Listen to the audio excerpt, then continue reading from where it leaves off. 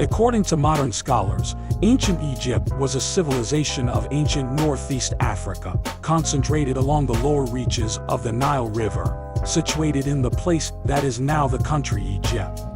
Ancient Egyptian civilization followed prehistoric Egypt and coalesced around 3100 BC, according to conventional Egyptian chronology, with the political unification of Upper and Lower Egypt under pharaohs. The history of ancient Egypt occurred as a series of stable kingdoms, separated by periods of relative instability known as intermediate periods. The Old Kingdom of the Early Bronze Age, the Middle Kingdom of the Middle Bronze Age, and the New Kingdom of the Late Bronze Age. Egypt reached the pinnacle of its power during the New Kingdom, ruling much of Nubia and a sizable portion of the Levant, after which it entered a period of slow decline. During the course of its history, Egypt was invaded or conquered by a number of foreign powers, including the Hyksos, the Nubians, the Assyrians, the Achaemenid Persians, and the Macedonians under Alexander the Great. The Greek Ptolemaic Kingdom, formed in the aftermath of Alexander's death, ruled Egypt until 2030 BC, when, under Cleopatra, it fell to the Roman Empire and became a Roman province. Egypt remained under Roman control until the 640s AD, when it was conquered by the Rashidun Caliphate.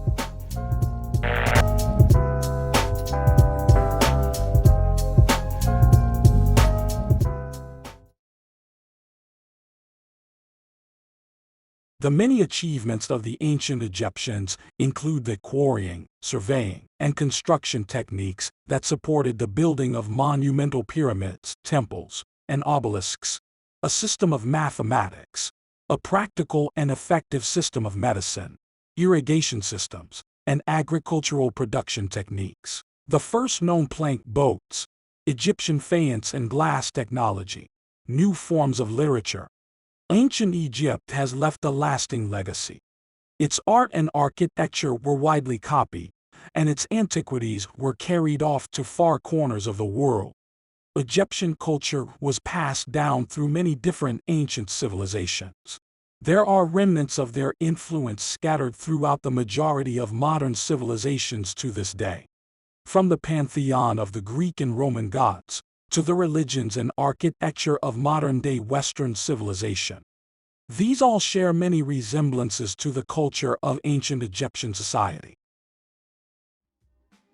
Perhaps the most marvelous feat performed by the ancient Egyptians was the construction of the Great Pyramids. Sources cite at least 118 identified Egyptian pyramids. Approximately 80 pyramids were built within the Kingdom of Kush, now located in the modern country of Sudan. Of those located in modern Egypt, most were built as tombs for the country's pharaohs and their consorts during the Old and Middle Kingdom periods. The earliest known Egyptian pyramids are found at Saqqara, northwest of Memphis, although at least one step pyramid-like structure has been found at Saqqara, dating to the First Dynasty, Mastaba 3808, which has been attributed to the reign of Pharaoh Ag, with inscriptions and other archaeological remains of the period, suggesting there may have been others. The earliest among these is the Pyramid of Djoser built c.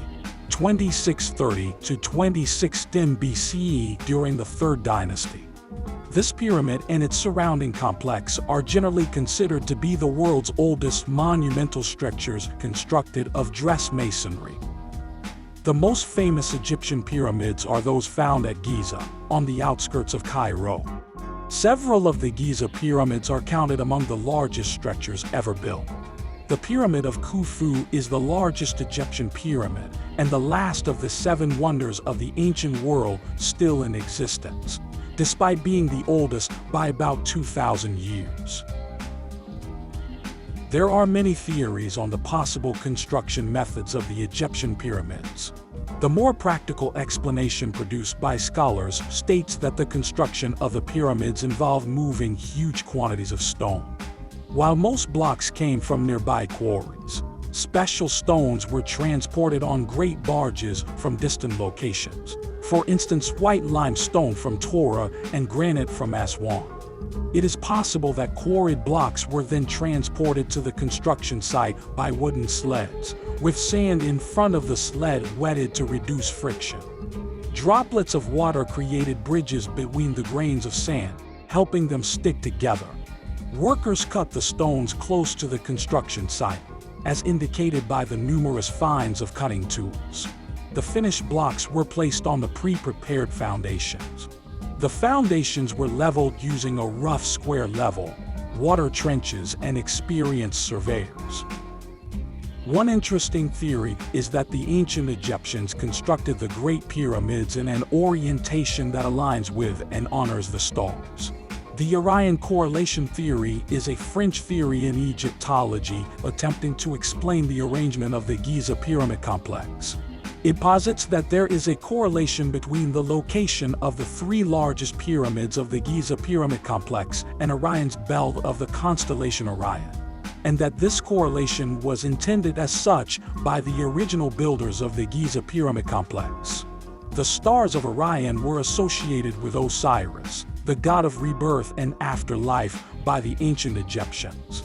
Depending on the version of the idea, additional pyramids can be included to complete the picture of the Orion constellation, and the Nile River can be included to match with the Milky Way.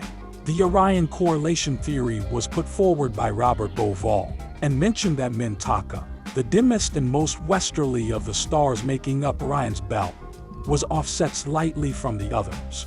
Bauval then made a connection between the layout of the three main stars in Orion's belt and the layout of the three main pyramids in the Giza pyramid complex.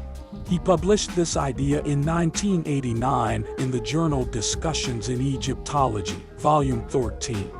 The basis of this idea concerns the proposition that the relative positions of three main ancient Egyptian pyramids on the Giza Plateau was by design correlated with the relative positions of the three stars in the constellation of Orion which make up Orion's belt, as these stars appeared in 10,0 BC.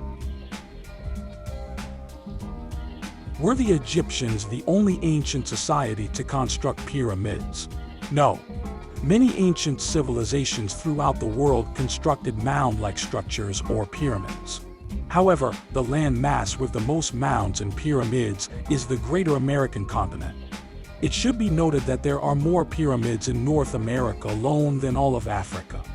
Why are there so many pyramids scattered throughout each continent?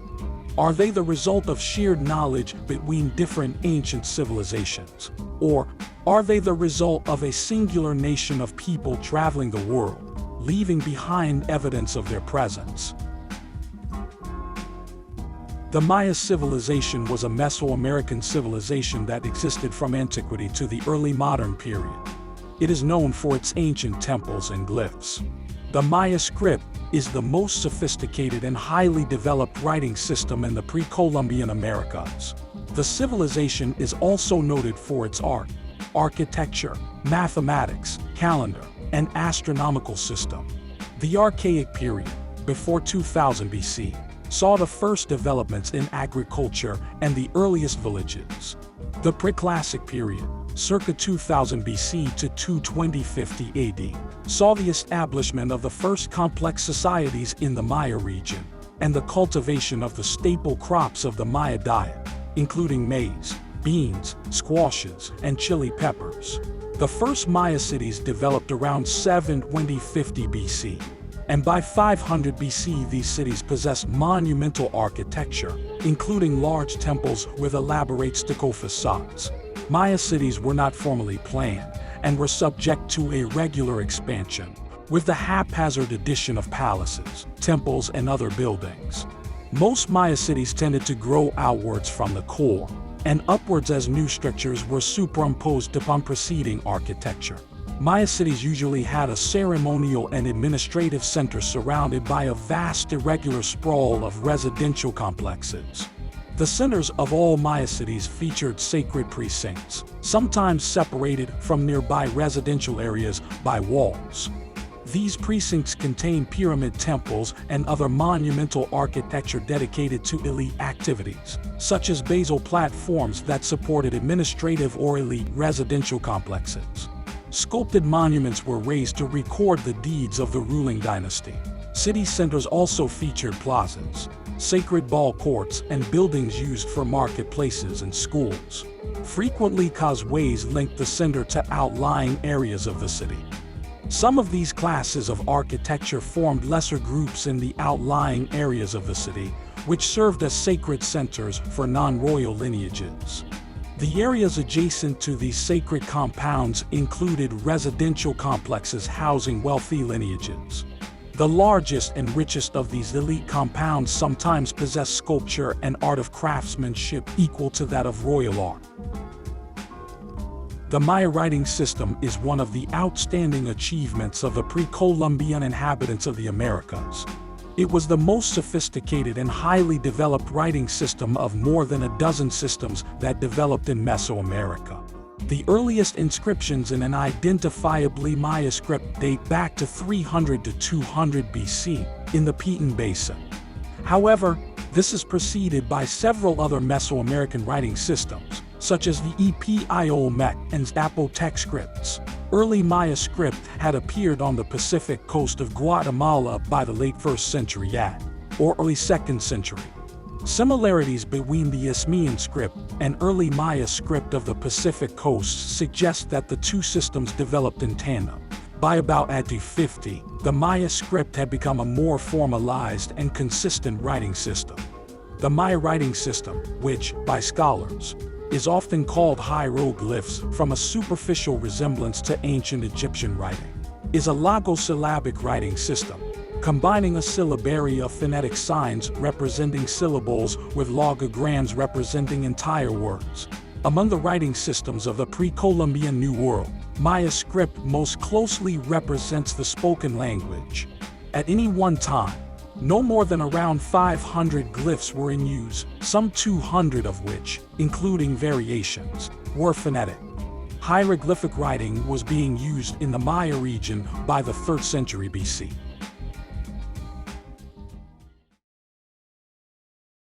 Now, if you were paying attention, you might have noticed many similarities between the Egyptian and Mayan cultures. Art, mathematics, sciences, architecture, calendars, astronomy, hieroglyphic writing systems. Therefore, one of two things could be true. Either these are two different cultures who never met that shared the same customs and ways of life, or they are the same people who migrated from place to place, leaving evidence of their presence in each location they traveled to. If they are the same exact race of people, where did they come from? On which continent was their land of origin? Augustus Laplanjon, in his 1909 book, Sacred Mysteries Among the Mayas and the Quiches, writes regarding the origins of one of those civilizations. On page 34 he states, "So we have found a bridge to cross the vast expanse of water that lies between the eastern and western continents, a clue that may lead us to the birthplace of the ancient sacred mysteries in those lands of the west, that land of Kuwi, the motherland of the gods and of the ancestors of the Egyptians, where the god Osiris reigned supreme over the souls emancipated from the trammels of matter." In another of Laplanjon's works, Queen Mu and the Egyptian Sphinx, he writes about the settlement of the region of northeast Africa. Some of these Maya-speaking peoples, following the migratory instincts inherited from their early ancestors, left the banks of the Euphrates and the city of Babylon and went forth across the Syrian desert, toward the setting sun, in search of new lands and new homes. They reached the Isthmus of Suez. Pushing their way through it, they entered the fertile valley of the Nile. Following the banks of the river, they selected a district of Nubia, where they settled, and which they named Mayu, in remembrance of the birthplace of their people in the lands of the setting sun, whose worship they established in their newly adopted country. Two things must be clarified in order to understand this. 1. Nubia is a region along the Nile River encompassing the area between the first cataract of the Nile and the confluence of the Blue and White Niles, or more strictly, Al-Dabal. 2. The lands of the setting sun is referring to the lands of the West. So, there are lands west of Africa that were referred to as the birthplace of the peoples who settled in Northeast Africa. Also, the name they gave this region directly correlates with the name of the people who lived in these lands in the West. African author Katonge Bongo, writer of the book Civilization and the Ancient Egyptians, also writes about the origins of civilization on the African continent. One enduring mystery that historians and anthropologists have uncovered in the study of African cultures is the reference by several indigenous African tribes to the Great Water.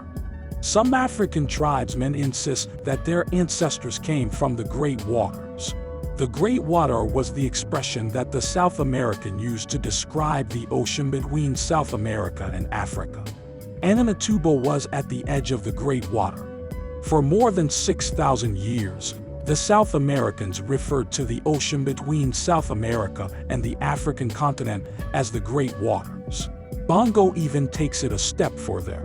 In the same book he writes, "The idea that it was the Europeans who introduced civilization to Africa is one of the biggest historical myths. In fact, evidence from archaeology, oral history, traditional languages, and cultural practices strongly indicate that it was the South American Indians who introduced civilization to Africa some 7,000 years ago. Long before the Greek and Roman civilizations emerged, the South American Indians had introduced civilization to Africa, thereby making Africa the second continent in the world to become civilized." Bongo isn't the only author who has expressed this origin of civilization on the African continent. French-born American author David Hatcher Childress writes in his 1992 work Lost Cities of North and Central America, "Africa was largely depopulated after the last pole shift about 10,000 years ago. 7 to 8,000 years ago, Negroes from Central America migrated into the area around Nigeria and began to populate that area of Africa." Scholars throughout antiquity have also analyzed striking similarities between the writing systems of the ancient Egyptians and Mayan peoples. There are instances of documentation that support the theory that some ancient races of America wrote and spoke in hieratic Egyptian languages. These are detailed within the two books written by Le Plongeon that were mentioned earlier. James Churchward, a British writer, has also documented the similarities between the two writing systems. He is also most notable for proposing the existence of a lost continent, called Mu, in the Pacific Ocean. Katonge Bongo also analyzes some dialect similarities between the Aboriginal races of the Americas and the ancient Egyptians. On page 22 of his same book, he describes the origins of one of the more well-known words in Egyptian culture. One of the most enduring legacies of early African languages is the widespread use of the word pharaoh. Fa was the word for person, and rao was the word for head. Pharaoh means head person or leader. When the South Americans first came, Khufu was the first pharaoh. For the next 4,000 years, leaders of ancient Egypt were referred to as pharaoh, or pharaoh. It should be mentioned that the term pharaoh in Hebrew is paro, or paru, since the O and the U are interchangeable in the Hebrew language. This is most likely where the name Peru stems from.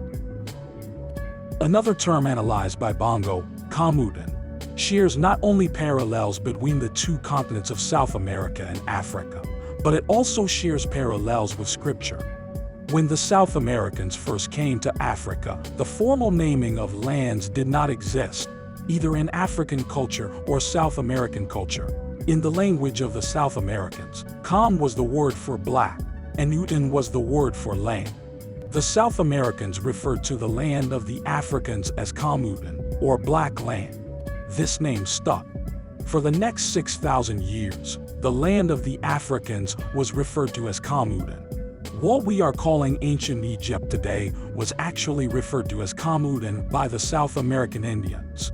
This first word, Kam, shares a direct link with the name of the youngest son of Noah, Ham.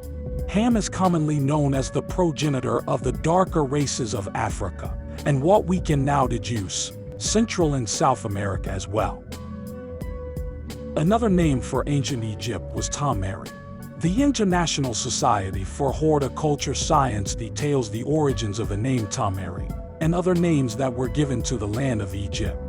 The ancient names for Egypt underscore the relation between the land, the people, and its agriculture. These include Tamari, the beloved land cultivated by the whole, Tuat, the land of flood and fertile soil, Kemet, the black soil, Tamhi, the land of the flax plant, Nihet, the land of the sycamore fig tree, and Mizr, the safe and civilized country. What is interesting about this name is the fact that there is a 1706 map of the Florida region of North America that labels its inhabitants as the Tamaricans, or the people of Tamari. What is also interesting about this is how the hieroglyph for Tamari can be seen to contain similarities with the Mayan numbering system. Not only do the Mayan and other American language groups share an affinity with Egyptian languages and hieroglyphs, but they also bear similarities to Akkadian, the language of Assyria and Babylon. Le Plongeon also lists Mayan and Akkadian words that share the same signification. Not only that, but the Mayan term Makal translates to pond or marshy ground. Le Plongeon writes, "The Maya, of which we find so many vestiges in the Akkadian language, affords a most natural, thence rational, etymology of the name Akkad, and in perfect accordance with the character of the country thus named. Akal is a Maya word, the meaning of which is pond, circumflex marshy ground. And Akil is a marshy ground full of reeds and rushes, such as was and still is Lower Mesopotamia, and the localities near the mouth of the Euphrates." Could this mean that the Mayans possibly knew of a territory named Akal, or Akkad, that was a marshy landscape and filled with ponds? He also writes, Ba in Maya has various meanings. The principal, however, is father, or ancestor. Bel has also several significations. Among these it stands for way, custom. Babel, or Babel, would therefore indicate that the sacred edifice was constructed according to the way, the custom, of the builder's ancestors. Is this proof that the Mayans used the term Babel in reference to the way of the ancestors, since the ancestors of every nation on earth originally lived in Babylon after the Great Flood in the days of Noah? Afreschi Goodrich, in his 1844 book, A Pictorial History of America, details the monumental structures built by the Aboriginal races of America that range from the northern portions of the United States territory, all the way down through Central America. These structures of the northern Aborigines extend over a wide territory, and may be traced from the state of New York, along the western line of the Alleghenies, to the southern extremity of Florida. In the west, they exist in great numbers on the shores of all the western waters, reaching to the north as far as the sources of the Mississippi. Southerly, they extend nearly to Mexico. They're undoubtedly of high antiquity. Most probably the ruins of temples and cities, some of the most massive and durable construction, and all indicating the existence of a population permanently established. Most of them are covered with forests, and there is every appearance that several generations of trees have sprung up on them and disappeared, since they were deserted. He also describes territories throughout Central America that were once great cities in the ancient past. These cities were cited as having large monumental pyramids in great numbers. The ruins at Uxmal stand on a plain in the peninsula of Yucatan. When first discovered, they were covered with a thick forest. The most remarkable edifices lie in a group, and consist of pyramids coated with stone, and quadrangular stone edifices and terraces. One of these pyramids is 130 feet in height, supporting a temple on the summit. At Copan, in Guatemala, are the walls and other remains of a great city, which extend along the river for 2 miles. Here are some remarkable monuments, in the shape of obelisks and columns, covered with fantastic sculptures. Continuing. The pyramids in this country are also numerous. The largest is that of Cholula, which measures 1,423 feet in length and 177 feet in height. It should be noted that the Great Pyramid of Cholula, also known as Tlaquequaltepetl, which is Nahuatl for made by hand mountain, is a complex located in Cholula, Puebla, Mexico. It is the largest archaeological site of a pyramid, or temple, in the world, as well as the largest pyramid by volume known to exist in the world today. Goodrich also describes a monument found in a territory that is now in modern-day Florida, which bears a striking resemblance to Egyptian art and architecture. He writes, "The other temple was that of Tolomeco, the most spacious edifice in Florida. It was 100 paces long, by 40 broad, the roof formed by 6 mats placed over each other, and brilliantly adorned with shells and pearls. The gate was ornamented with 12 statues of giants in full armor, and all round the interior of the walls were ranged statues of men and women the ordinary size, the men completely armed." Katangre. Bongo also expounds on the pyramids and their construction methods in the Americas, as well as northern Africa. The great civilization that the ancient South Americans built is best known for pyramids. Pyramid technology is a native South American invention, and it was probably their greatest invention. The South American Indians are the only people who ever built pyramids. At the height of their civilization, dead kings and queens were honored with pyramids. A pyramid is a tomb. They believed that kings and queens who were buried in magnificent pyramids turned into gods when they died. They built pyramids not only on their land, but also in other parts of the world where at some time they established a settlement. Contrary to popular belief, pyramids were built with the use of machines. The boulders were first manufactured and allowed to dry in the sun. The dry, strong boulders were then hoisted into place through the use of man-powered machines. The machines were made from wood and ropes. These machines were very sophisticated and very powerful. The technology behind the boulder making and hoisting machines has been lost to humanity. All attempts to identify this ancient technology have not been successful. This is partly due to the fact that pyramid building was a deeply religious activity. Only a few people selected by the gods learned the technology. The latter portion of Bongo's explanation adds yet another layer to the proposed construction theories of the larger pyramids throughout history. He expounds on this later in the book. Pyramid boulders were manufactured and dried in the sun. The making of boulders was the most difficult and time-consuming part of pyramid building. The boulders were hoisted into place using some form of anti-gravity technology.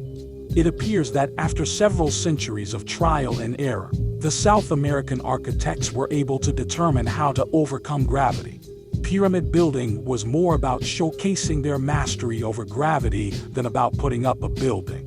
Every pyramid building project was an exciting opportunity to showcase their mastery over gravity. As time went by, the pyramids became increasingly elaborate and sophisticated. When pyramid building became a regular activity, each tribe created a standing army of trained pyramid builders. Pyramid builders were revered. The South Americans believed that kings who were buried in elaborate pyramids turned into gods when they died. People who participated in pyramidal building received reciprocal benefits. In time, pyramid building became the central part of South American civilization. In fact, South American civilization can be characterized as the pyramid civilization. He continues, by the time South Americans came to North Africa, the pyramid civilization of South America was at the height of its glory. They had already built thousands of pyramids on their land. In February of 2024, it was reported that archaeologists and researchers uncovered ancient construction in Peru that predates the pyramids found in Egypt of Northeast Africa. They report one of the earliest known circular plazas in Indian South America and one of the earliest examples of monumental, megalithic ceremonial architecture in the Americas. The example presented is constructed of large freestanding and vertically placed megalithic stones, which is located in the Cajamarca Basin of the northern Peruvian Andes. This construction method has never before been reported in the Andes and is distinct from other monumental circular plazas in the region. Scientists proposed 3 radiocarbon dates that are associated with the initial construction of the plaza, which averaged to approximately 2,750 years before the Common Era. This corresponds to the late Preceramic period, which saw the first monumental construction in the Andes. This is one of the earliest examples of monumental, megalithic architecture in the Americas. Not only did ancient Americans introduce man-made infrastructure to the continent of Africa, but they introduced a plethora of natural resources as well. Along with the introduction of civilization, they brought a cultivation and a wide variety of crops to Africa. Today, more than 90% of African crop varieties are inherently American. Among the crops that American Indians introduced to Africa are pepper, yam, sweet potato, pumpkin, squash, peanuts, cocoa, pineapple, plantain, banana, coconut, tomato, cotton, and more. No American crop had a bigger influence on the civilization of the world than corn. In fact, potatoes and maize are considered staple crops because they were a main food source that helped increase worldwide populations. Corn originated from and was developed in central Mexico at least 7,000 years ago. According to scientists, it was grafted from a species of wild teosinte grass by Central American Indians. This grass still grows in Mexico to this day. It was brought up the Mississippi River by the natives, as well as down into South America. When South Americans first showed up in northern Africa 7,000 years ago, corn was one of the first crop varieties that was introduced to that area. Just like in the Americas, the presence of corn was a driving force behind the growth and development of ancient Egypt. Papyrus was an important crop within the ancient Egyptian way of life. It is a material that is similar to a thick paper and was primarily used as a writing surface. It is made from the tissue of the papyrus plant. Papyrus was first known to have been used as far back as the First Dynasty within ancient Egypt, as the papyrus plant was once abundant across the Nile Delta. It was also used throughout the Mediterranean region. Apart from writing material, ancient Egyptians employed papyrus in the construction of other artifacts such as reed boats, mats, rope, sandals, and baskets. However, this isn't the only region that papyrus was found in the world. Mexico has its own species of papyrus, called Mexican papyrus. Cypress giganteus, or Mexican papyrus, grows to about 10 feet tall on leafless green stems, and includes umbrellas composed of up to 50 to 100 graceful, arching, and drooping hair-like rays. This plant is a vigorous grower in or out of water, and in or out of the sun. This plant was also used for writing throughout ancient America. Afreschi, Goodrich observed and described the paper that was used for the Mexican hieroglyphical writings and paintings, and how it resembled closely to the ancient Egyptian paper that was manufactured from a similar plant. Now we'll take a look at some of the animals that are associated with ancient Egyptian culture. Perhaps the most famous animal that is synonymous with ancient Egypt, aside from the Nile crocodile, is the camel. Camels are an iconic part of the Egyptian landscape, often called the ships of the desert. For their endurance and ability to cope with the heat and lack of water, they are still used in modern times for transportation and as a tourist attraction in the shadows of the pyramids. Contrary to popular belief, camels are not thought to have been in Egypt during ancient times, around 3000 BC. They are said to have been brought by foreign travelers and conquerors who traveled across the desert in the Ptolemaic period. which was around 350 BC. It is now being revealed that camels originally dwelt in North America and spread across the Bering Strait land bridge into Asia and were introduced to Africa. The wild camels themselves no longer exist in the Americas. Their distant cousins, the llama and the alpaca, still do. The Aztecs in America worshipped a god named Quetzalcoatl. Even though this deity was modeled after the quetzal bird, which is native to Guatemala and Mexico, this god is described as the feathered serpent. In their mythology, it is the god of wisdom, knowledge, books, and the inventor of calendars. The Mayans also worshipped a serpent bird god called Itzamí, which bears the same characteristics. Mayan royalty often wore headdresses which included a bird and a serpent, which were placed on the forehead to represent knowledge or wisdom from the third eye, or pineal gland in the brain. Ancient Egyptian headwear also included a bird and a serpent at the top of the forehead, for the same reasons. Not only do we find the presence of an Egyptian serpent bird god within the Americas, but we also find evidence for their pantheon of deities having American origins as well. The Egyptian god Horus is often depicted in hieroglyphs with the body of a man and the head of a falcon. This falcon is an exact depiction of the Aplomato falcon. The Aplomato falcon, Falco femoralis, is a medium-sized falcon of the Americas. The species' largest continuous ranges in South America, but not in the deep interior Amazon basin. Aplomato is an unusual Spanish word for lead-colored, referring to the blue-gray areas of a plumage. An approximate English translation would be plumious falcon. The Aplomato falcon's habitat is dry grasslands, savannas, marshes, and, in Brazil, is commonly observed in some large cities, such as Sao Paulo. It ranges from northern Mexico and Trinidad locally to southern South America, but has been rooted out from many places in its range, including all of northern and central Mexico except for a small area of Chihuahua. There is even a petroglyph found in Utah that closely resembles a depiction of this Egyptian god that is surrounded by what appears to be people dressed in traditional ancient Egyptian jewelry and garments. The god Khnum is depicted with the head of a ram or a bighorn sheep.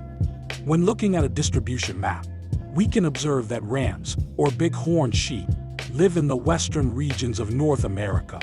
Their population used to be denser throughout recent history than what can be observed today.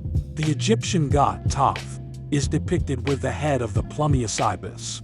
A plumious ibis, Theristica ceruleans, also formerly called the blue ibis, is a large distinctive ibis species endemic to parts of central South America. Another name given to the god Thoth is Tehuti. More evidence of this deity having an American origin can be seen within the region of Central America. Teotihuacan is an ancient Mesoamerican city located in a sub-valley of the Valley of Mexico, which is located in the state of Mexico about 25 miles northeast of modern-day Mexico City.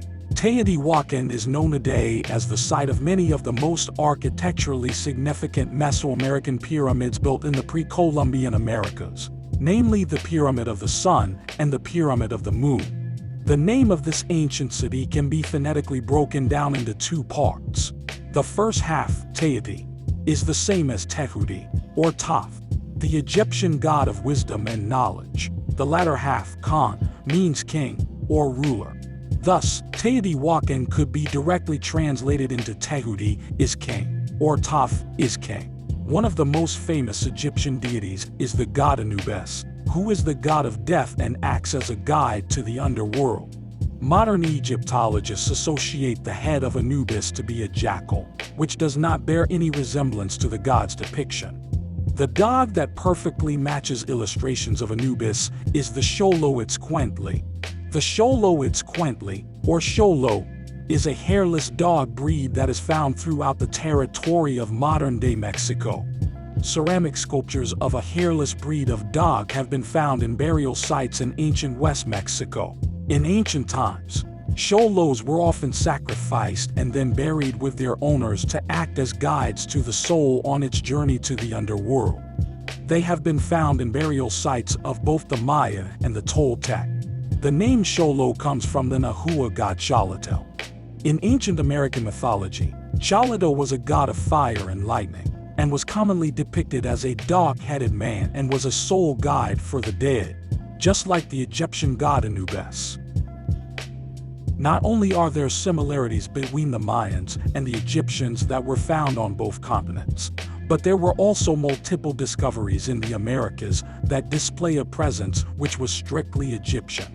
There has been an Egyptian-style statue that was found in a burial mound in Libertyville, Illinois. It stands 9 inches high and weighs around half a pound. It appears to be sculpted from a single piece of off-white soapstone. It portrays a man wrapped in a body stocking, with his exposed hands holding a shepherd's crook and a flail, which is a common pattern that can be observed throughout ancient Egyptian art. The statue also includes an Egyptian stylized wig and an elongated beard. The bottom half of this artifact is covered in 8 lines of hieroglyphic text. There was also an Egyptian-style cat statuette that was unearthed in Illinois. In 1914, there was a series of excavations that took place in Mayan ruins in the region of El Salvador in Central America. This research resulted in the uncovering of 2 Egyptian-style artifacts, similar to the artifact found in Libertyville, Illinois. These statues both include Egyptian headdresses, facial hair, hieroglyphs, and are represented in the style of an Egyptian sarcophagus. This pair of statues are said to be depictions of the Egyptian gods Osiris and Isis. Italian-born Father Carlo Crespi lived in the small town of Cuenca, Ecuador for more than 50 years. He befriended and was heavily accepted by the natives of that area. These natives would begin to bring him gifts of many precious artifacts that he would store in his house. Crespi stated that the Indians would go up in the caves and mountains and find these artifacts which they would give to him. He eventually received so many artifacts that he turned his large collection into a museum, with the permission of the Vatican. A lot of these artifacts were beaten out of precious metals, such as silver, gold, and bronze. He collected many stone artifacts as well. These artifacts ranged from Babylonian and Persian deities to Egyptian hieroglyphs and pyramids.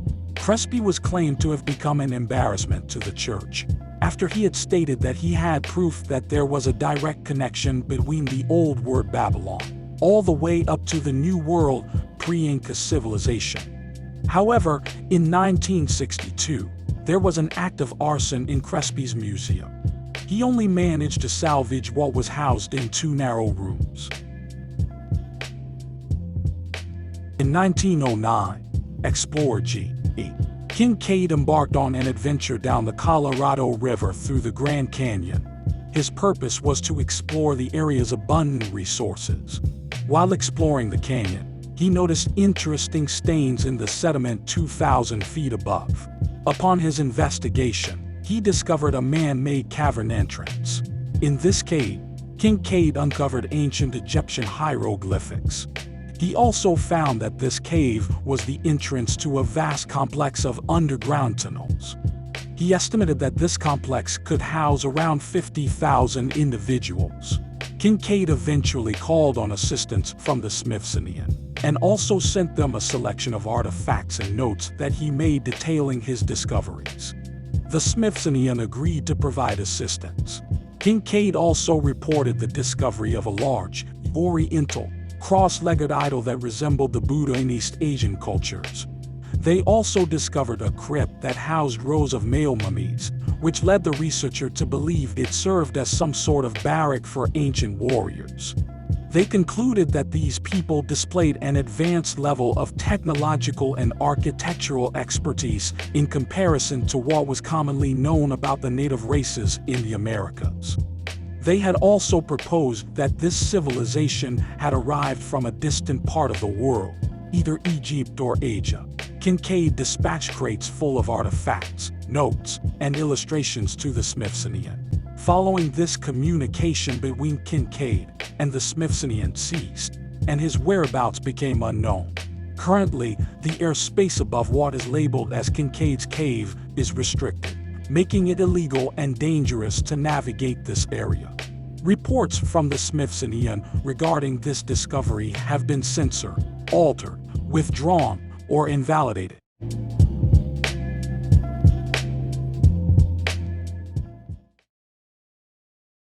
Well, this is a chapel or a temple of Maya. Now, Maya was a title, not a name, of both men and women throughout dynastic times. This particular era is around the 18th dynasty, the time of the so-called King Horemheb. Now, the key thing here is 1997, Hakim came to the United States, to California. He and my research partner, Bob Butter, and I met him for a couple of weeks, and we discussed. One of the things he discussed on a return trip to Egypt in September of 1997 would be, he said, he would show us evidence of a Mayan temple in Egypt. Mayan as in culture. Exactly. And I said, this I never heard of. No, it's not in any text. No one has ever mentioned it. Okay, we came here.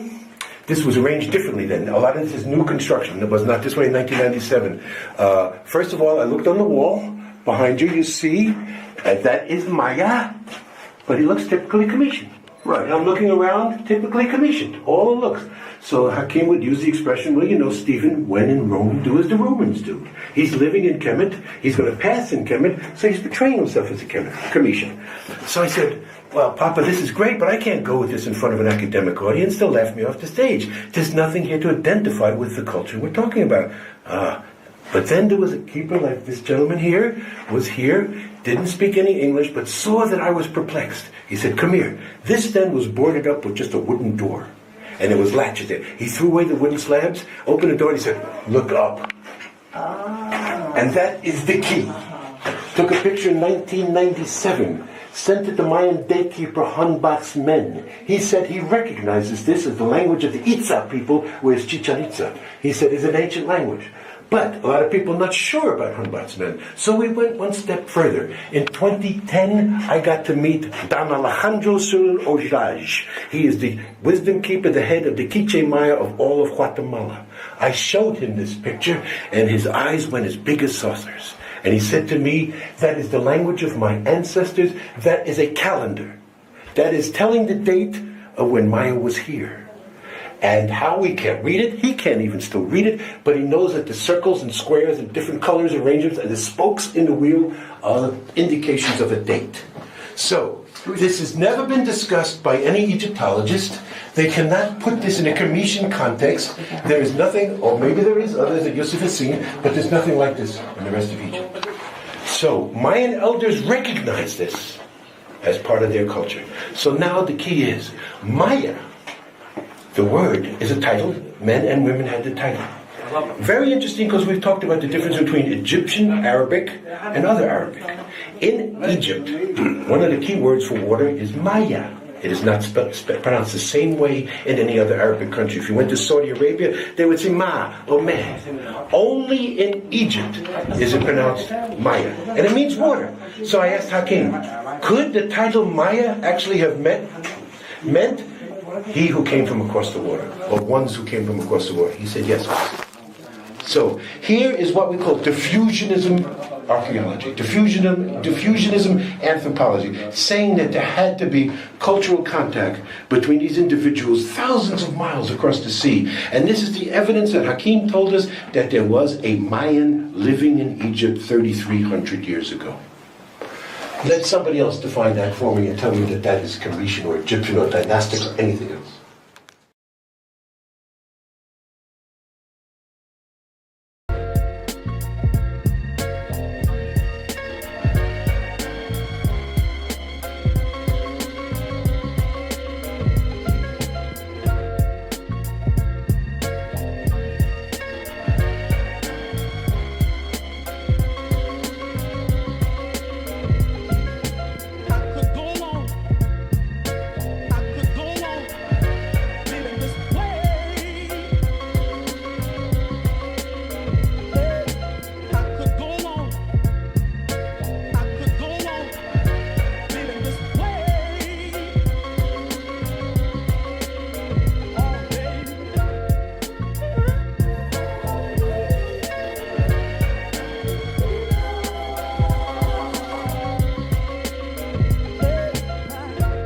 Not only are the Mayans documented as traveling across the Atlantic into Africa, but they are also said to have traveled in the opposite direction. Valmiki was an Indian-born poet who was celebrated as the traditional author of the epic Ramayana. Based on the attribution in the text itself, he is revered as Adikavi, the first poet, author of Ramayana, the first epic poem. The Ramayana, originally written by Valmiki, consists of 24,000 shlokas and 7 cantos. In Queen Mu and the Egyptian Sphinx, Le Plongeon references what was written by Valmiki regarding the Mayan peoples. On the first page, he writes, Valmiki, in his beautiful epic the Ramayana, which is said to have served as model to Homer's Iliad, tells us that the Mayas were mighty navigators, whose ships traveled from the western to the eastern ocean, from the southern to the northern seas, in ages so remote that the sun had not yet risen above the horizon.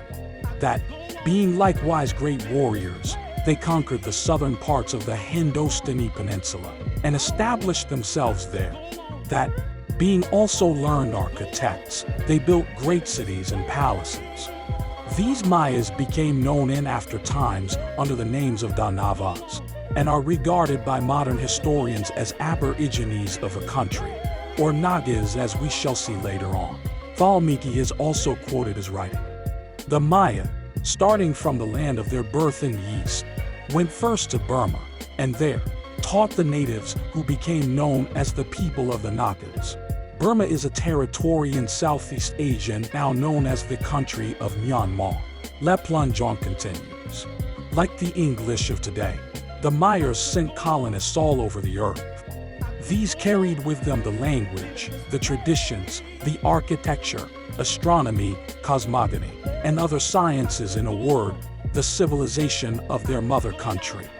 It is this civilization that furnishes us with the means of ascertaining the role played by them in the universal history of the world. We find vestiges of it, and of their language, in all historical nations of antiquity in Asia, Africa, and Europe. He also writes, if philology, like architecture, may serve as guide in following the footsteps of a people in its migrations on the face of the earth, then we may safely affirm that the Mayas, at some epoch or other, traveling along the shores of the Indian Ocean, reached the mouth of the Indus, and colonized Baluchistan and the countries west of that river to Afghanistan, where, to this day, Maya tribes live on the north banks of the Kabul River. This is the reason why we see similar styles of arts, agriculture, and architecture between the ancient races of Central America, Northeast Africa, and Southeastern Asia. Believe it or not, one of the main customs of the Mayans is still practiced today. As a matter of fact, it is practiced by approximately 2.38 billion people throughout the world. Le Plongeon states, the same conceptions about deity existed in India from the remotest antiquity. H.D. Colebrook, in his notice on the sacred books of the Hindus, says, in the last part of Niranta, dedicated exclusively to the divinities, it is thrice affirmed that there are only 3 gods, and that these 3 gods designate one sole deity. He also writes, the fact that the same doctrine of a supreme deity composed of 3 parts distinct from each other, yet forming one, was universally prevalent among the civilized nations of America, Asia, and the Egyptians, naturally leads to the inference that some time or other, communications and relations more or less intimate have existed between them. They must, then, have imparted their traditions, metaphysical speculations, and intellectual attainments one to another. As we can see, this belief of the ancient races of America was taken to Asia and Egypt. What was practiced in Egypt became inherited by the Greeks, which was then inherited by the Romans.